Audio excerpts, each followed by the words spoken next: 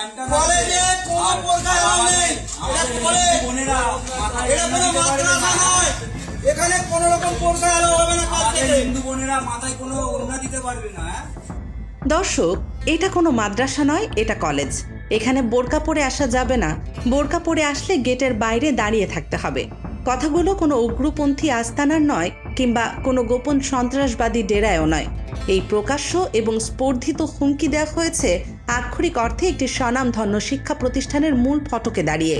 হাওড়ার ডোম জুড়ে অবস্থিত আজাদ হিন্দ ফৌজ কলেজের সামনে ঘটে যাওয়া এই রোমহর্ষক এবং গা শিউরে ওঠার ঘটনাটি কোনো সাধারণ বিশৃঙ্খলা নয়, বরং এটি পুরো বাংলা তথা ভারতের জন্য এক ভয়ঙ্কর অশনি সংকেত। এখানে কোনো রকম প্রকার আলো হবে না। কাল থেকে হিন্দু বোনেরা মাথায় কোনো ওড়না দিতে পারবে না। যারা অত্যন্ত দম্ভের সাথে এই হুমকি দিচ্ছেন তারা কোনো সাধারণ ছাত্র বা রাস্তার বহিরাগত নন। অভিযোগের তীর সরাসরি সদ্য সমাপ্ত পশ্চিমবঙ্গ বিধানসভা নির্বাচনে অভাবনীয় জয়লাভ করা এবং ক্ষমতার মসনদে বসতে যাওয়া হবু মুখ্যমন্ত্রী শুভেন্দু অধিকারীর দল বিজেপির উগ্রপন্থী কর্মী এবং তাদের লাঠিয়াল বাহিনীর দিকে। দেশ নিউজ 24-এর আজকের এই এক্সক্লুসিভ এবং রুদ্ধশ্বাস বিশ্লেষণে আমরা দেখাবো কিভাবে পশ্চিমবঙ্গের এই রাজনৈতিক পালা বদলের পর ক্ষমতার দম্ভে একটি নির্দিষ্ট সম্প্রদায়কে টার্গেট করা হচ্ছে এবং এই নারকীয় ঘটনাগুলো কেন কেবল কোনো বিচ্ছিন্ন ঘটনা নয়, বরং এটি একটি সুপরিকল্পিত এবং ভয়ঙ্কর ব্লুপ্রিন্টের প্রথম ধাপ। দর্শক, পশ্চিমবঙ্গের বিধানসভা নির্বাচনে অভাবনীয় জয়ের পর থেকেই বিজেপির কট্টরপন্থী কর্মী এবং লাঠিয়াল বাহিনী যেন আক্ষরিক অর্থেই ক্ষমতার নেশায় উন্মাদ হয়ে উঠেছেন। আর তাদের এই ক্ষোভ, আক্রোশ এবং উন্মাদনার একমাত্র লক্ষ্যবস্তু হয়ে দাঁড়িয়েছে রাজ্যের সংখ্যালঘু মুসলিম সম্প্রদায়। নির্বাচনের মাঠে ভোটের স্বার্থে যে ভয়ঙ্কর রাজনৈতিক মেরুকরণের বীজ বপন করা হয়েছিল, আজ তা এক বিশাল বিষবৃক্ষে পরিণত হয়ে বাংলার পথে ঘাটে তার বিষাক্ত ডালপালা বিস্তার করতে শুরু করেছে। অত্যন্ত সুকৌশলে খুঁজে খুঁজে তালিকা ধরে ধরে মুসলিমদের বাড়িঘর, দোকানপাট এবং ব্যবসা প্রতিষ্ঠানে নগ্ন হামলা চালানো হচ্ছে, নারকীয় তাণ্ডব এবং ভাঙচুর চালানো হয়েছে। এমনকি অভিযোগ উঠেছে যে এই তথাকথিত বিজয় উৎসবের নামে চলা তাণ্ডবে ইতিমধ্যে একজন নিরীহ মুসলিমের মর্মান্তিক প্রাণহানি পর্যন্ত ঘটেছে। অথচ রাষ্ট্রের প্রশাসন এবং আইন শৃঙ্খলা রক্ষাকারী বাহিনী যেন এই পরিকল্পিত ধ্বংসযজ্ঞের নীরব দর্শক হয়ে হাত গুটিয়ে দাঁড়িয়ে আছে।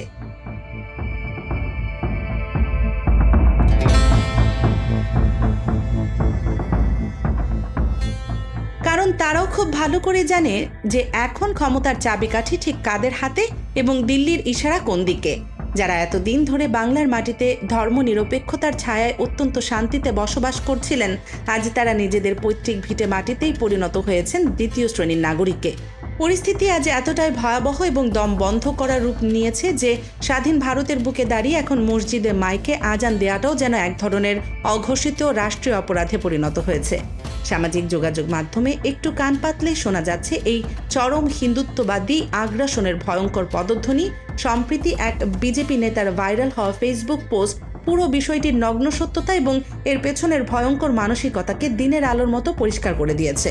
সেই পোস্টে কোনো রকম রাগ ঢাক ছাড়াই মুসলিমদের ধর্মীয় অনুভূতির উপর চরম আঘাত আনা হয়েছে এবং প্রকান্তরে এই দাঙ্গাবাজদের আরও উস্কে দেওয়া হয়েছে। দর্শক, একবার চোখ বন্ধ করে গভীরভাবে ভেবে দেখুন, এই হলো পৃথিবীর বৃহত্তম গণতান্ত্রিক দেশ হিসেবে নিজেদের দাবি করা একটি রাষ্ট্রের বর্তমান চালচিত্র। যে দেশ বিশ্বমঞ্চে দাঁড়িয়ে সেকুলারিজম বা ধর্মনিরপেক্ষতার বড় বড় বুলি ওড়ায়, মানবাধিকারের ছবক দেয়, সেই দেশেরই একটি ক্ষমতাসীন দলের বিজয় উৎসব আজ উদযাপিত হচ্ছে একটি নির্দিষ্ট সম্প্রদায়ের রক্ত, কান্না এবং দীর্ঘশ্বাসের উপর দাঁড়িয়ে।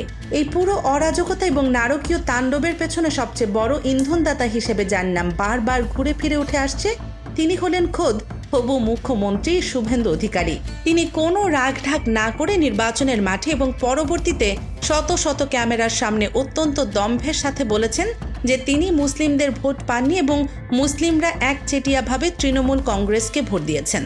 রাজনীতির মাঠে একজন শীর্ষ নেতার এই ধরনের মন্তব্য কোনো সাধারণ কথা নয়। এটি মূলত তার উগ্র ক্যাডারদের প্রতি দেয়া একটি গ্রিন সিগন্যাল বা সবুজ সংকেত। প্রকান্তরে তিনি যেন তার লাঠিয়াল বাহিনীকে অত্যন্ত সুকৌশলে বুঝিয়ে দিয়েছেন, যারা আমাদের ভোট দেয়নি তাদের এবার দেখে নেয়ার এখনই সবচেয়ে মোক্ষম সময়।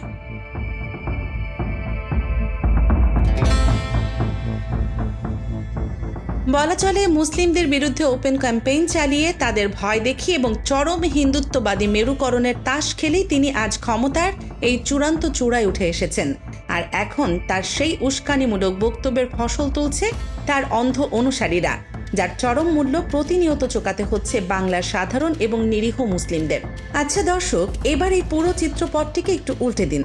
চোখ বন্ধ করে একবার কল্পনা করুন তো, এই একই ঘটনা যদি প্রতিবেশী রাষ্ট্র বাংলাদেশে ঘটত, তবে আজ কি হতো। ধরুন, বাংলাদেশের কোনো একটি কলেজের গেটে দাঁড়িয়ে কোনো উগ্রপন্থী যুবক শাখা সিঁদুর পরা কোনো হিন্দু মেয়েকে বলছে এখানে শাখা সিঁদুর পরে আসা যাবে না, অথবা কল্পনা করুন বাংলাদেশের কোনো মন্দিরে উলুধ্বনি হচ্ছে আর সেখানে গিয়ে মুসলিমরা বাধা দিচ্ছে, অথবা আরও এক ধাপ এগিয়ে কল্পনা করুন বাংলাদেশের কোনো একটি বড় ইসলামী রাজনৈতিক দলের কোনো এমপি বা নেতা প্রকাশ্য জনসভায় দাঁড়িয়ে ঘোষণা দিচ্ছেন যে হিন্দুরা আমাদের ভোট দেয়নি, তাই তাদের এই দেশে থাকার কোনো অধিকার নেই বা তাদের এবার দেখে নিতে হবে। একবার গভীরভাবে ভাবুন তো, যদি এমনটা সত্যি আজ স্বাধীন বাংলাদেশে ঘটত, তবে পরিস্থিতির ঠিক কি হতো। পুরো বিশ্বজুড়ে একটি হইচই এবং গেল গেল করে রব উঠে যেত। অ্যামনেস্টি ইন্টারন্যাশনাল থেকে শুরু করে তাবৎ মানবাধিকার সংস্থাগুলো রাতারাতি নিন্দার বিবৃতি দিতে শুরু করত। আর ভারতের সেই মূলধারার দাদাগিরি করা মিডিয়াগুলো, তারা তো তাদের এসি স্টুডিওতে বসে রীতিমতো যুদ্ধ বাজিয়ে দিত। বাংলাদেশের সংখ্যালঘুদের উপর চরম গণহত্যা চলছে, হিন্দুরা বাংলাদেশে নিরাপদ নয়, বাংলাদেশকে বিশ্ব মঞ্চে বয়কট করা হোক, এমন হাজার হাজার ব্রেকিং নিউজ আর গরম টক শো দিয়ে তারা আকাশ বাতাস কাঁপিয়ে তুলত। অথচ আজ যখন খোদ ভারতের বুকে পশ্চিমবঙ্গের মতো একটি রাজ্যে প্রকাশ্যে মুসলিম নারীদের বোরকা পরতে বাধা দেয়া হচ্ছে, মুসলিমদের ঘর বাড়ি জ্বালিয়ে দেওয়া হচ্ছে, আজান বন্ধ করে দেওয়ার প্রকাশ্য হুমকি দেওয়া হচ্ছে, তখন ভারতের সেই গলাবাজ এবং নীতিবাগীশ মিডিয়াগুলো একেবারে কবরের মতো নীরব। তাদের স্টুডিওতে আজ কোনো উত্তেজনা নেই, তাদের অ্যাঙ্করদের গলায় আজ আর মানবাধিকারের কোনো মায়া কান্না নেই। ভারতের এই মিডিয়াগুলো দিনরাত চিল্লিয়ে বলে যে বাংলাদেশে নাকি সংখ্যালঘুরা ভালো নেই, তাদের উপর নাকি চরম অত্যাচার হচ্ছে, কিন্তু বাস্তবতার আয়নায় দুটি দেশকে পাশাপাশি দাঁড় করালে এক সম্পূর্ণ ভিন্ন এবং চরম সত্য চিত্র ফুটে ওঠে। নিরপেক্ষভাবে ওএসআইএনটি ডেটা তুলনা করলে দেখবেন পৃথিবীর বুকে বাংলাদেশ এমন একটি বিরল দেশ যেখানে সাম্প্রদায়িক সম্প্রীতি সবচেয়ে বেশি অটুট রয়েছে। হ্যাঁ, বাংলাদেশে বিচ্ছিন্ন কিছু ঘটনা হয়তো মাঝে মাঝে ঘটে, কিন্তু রাষ্ট্রযন্ত্র বা ক্ষমতাসীনরা কখনোই সেগুলোকে উস্কে দেয় না, বরং শক্ত হাতে দমন করে। উৎসব হোক বা দৈনন্দিন জীবন, বাংলাদেশের ধর্ম বর্ণ নির্বিশেষে মানুষ সবসময় একে অপরের পাশে দাঁড়ায়। আর অন্যদিকে পৃথিবীর বৃহত্তম গণতান্ত্রিক দেশ ভারতের চিত্রটা একবার দেখুন, সেখানে খোদ রাষ্ট্রযন্ত্র এবং ক্ষমতাসীন দল বিজেপি দ্বারা সবচেয়ে বেশি অত্যাচারিত এবং কোণঠাসা হয়ে পড়েছে তাদের নিজস্ব সংখ্যালঘু মুসলিম সম্প্রদায়। তাদের নাগরিকত্ব প্রমাণের নামে বছরের পর বছর হয়রানি করা হচ্ছে, গরুর মাংস খাওয়ার গুজবে নিরীহ মুসলিমদের রাস্তায় ফেলে পিটিয়ে মারা হচ্ছে, আর এখন নির্বাচনে ভোট না দেওয়ার অপরাধে তাদের ভিটে মাটি থেকে উচ্ছেদ করার ব্লুপ্রিন্ট বাস্তবায়িত হচ্ছে। পশ্চিমবঙ্গ সবসময় পুরো ভারতের কাছে একটি সেকুলার বা ধর্মনিরপেক্ষতার রোল মডেল হিসেবে পরিচিত ছিল। রবীন্দ্রনাথ, নজরুল, স্বামী বিবেকানন্দ আর নেতাজির এই বাংলায় ধর্ম নিয়ে নোংরা রাজনীতি কখনোই খুব একটা হালে পানি পেত না।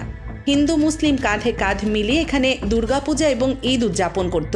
কিন্তু বিজেপির এই অভাবনীয় উত্থান এবং ক্ষমতার দখল বাংলার সেই হাজার বছরের পুরনো সম্প্রীতির কফিনে যেন শেষ পেরেকটি ঠুকে দিয়েছে।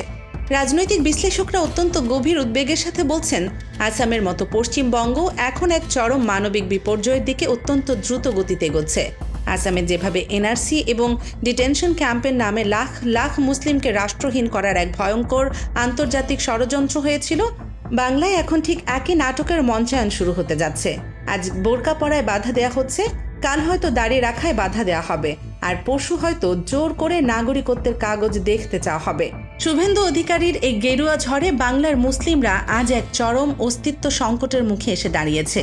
যে বাংলা একদিন পুরো ভারতকে পথ দেখাতো, সেই বাংলা আজ নিজে এক অন্ধ এবং অন্ধকার সুড়ঙ্গের ভেতর প্রবেশ করেছে, যে সুড়ঙ্গের শেষ প্রান্তে রয়েছে কেবলই বিভাজন, রক্তপাত আর এক ভয়ঙ্কর সাম্প্রদায়িক অশনি সংকেত।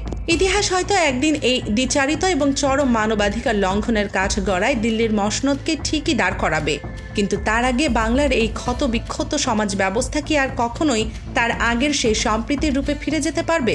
দর্শক, ভারতের এই চরম ভণ্ডামি, মিডিয়ার ডাবল স্ট্যান্ডার্ড এবং বোরকা পরা নিয়ে বাংলার বুকে ঘটে যাওয়া এই রুদ্ধশ্বাস ও ন্যাক্কারজনক ঘটনাটাকে আপনি একজন সচেতন নাগরিক হিসেবে কিভাবে দেখছেন?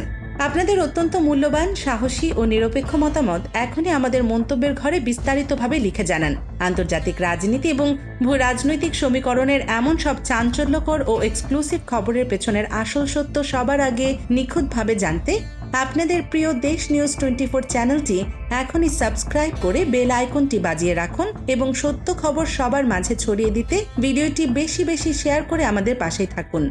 সবাই নিরাপদ থাকবেন, দেশের আইনের প্রতি শ্রদ্ধাশীল থাকবেন। আল্লাহ হাফেজ।